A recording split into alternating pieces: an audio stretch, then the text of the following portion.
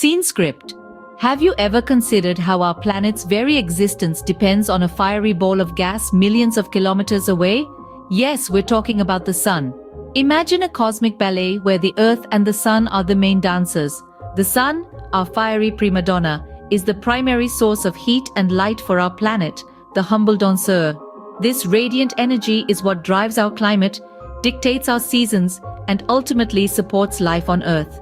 Let's break down this cosmic choreography a bit. The Earth orbits the sun in a path we call an ellipse, completing a full circle once every year. But the Earth is not just spinning around the sun, it's also tilting on its own axis, a slight lean of 23.5 degrees.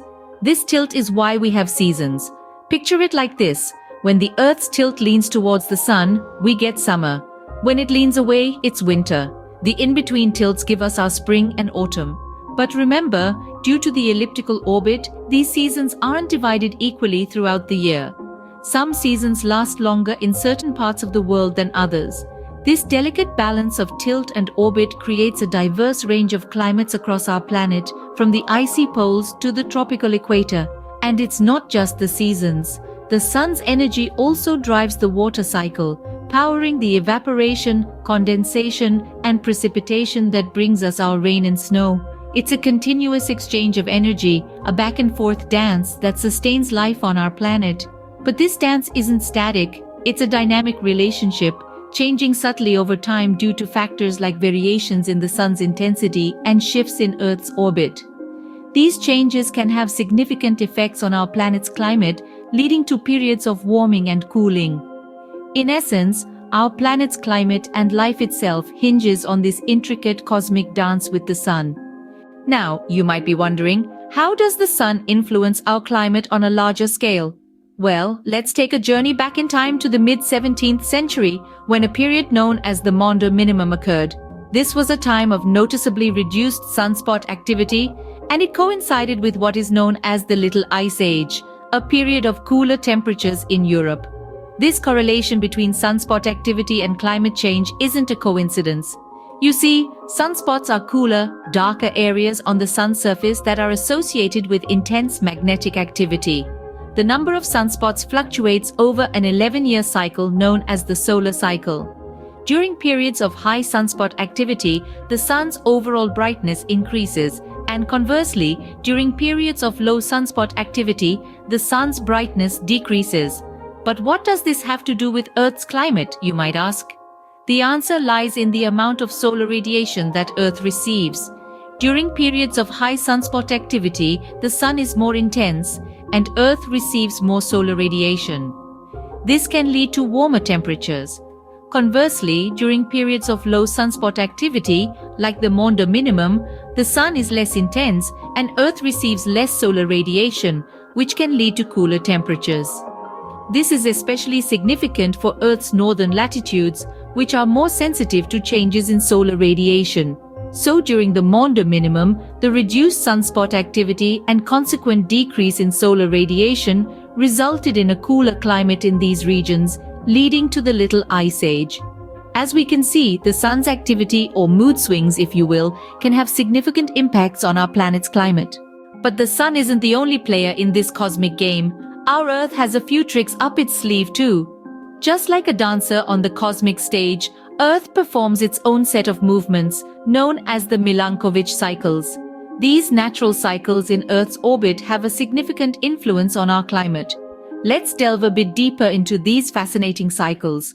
Firstly, we have eccentricity. That's the shape of Earth's orbit around the sun. Over a cycle of about 100,000 years, the Earth's orbit shifts from being nearly circular to being slightly more elliptical. This change in shape affects the amount of sunlight we receive, swinging our planet between periods of glaciation and warming. Next in line is the axial tilt, also known as obliquity. As the Earth spins on its axis, it tilts slightly, between 22.1 and 24.5 degrees to be exact. This tilt changes over a period of around 41,000 years and impacts the severity of our seasons. Greater tilt means more extreme seasons, while less tilt leads to milder ones. The final piece of the puzzle is axial precession. This is a bit like a spinning top wobbling around its axis, and it happens over a cycle of around 26,000 years. This wobble affects which part of the Earth faces the sun during different seasons, subtly shifting our climate over thousands of years. These intricate dances Earth performs, the changes in eccentricity, axial tilt, and axial precession, all contribute to the rhythm of our climate. They determine the ebb and flow of ice ages, the shift between periods of warming and cooling. But remember, these changes don't happen overnight. They're slow, gradual processes that unfold over tens of thousands of years.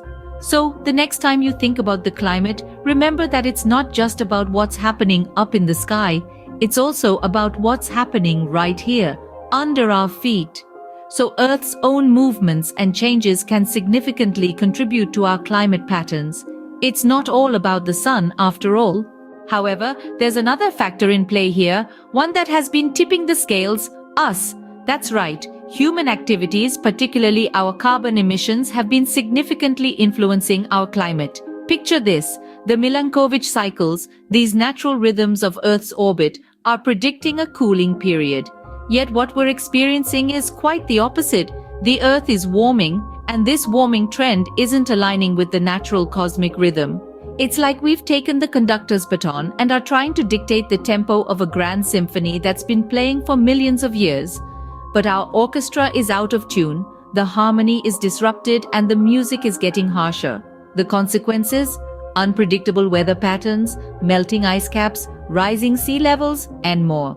In the grand scheme of things, we humans are the new players, and our actions are disrupting this age-old cosmic dance.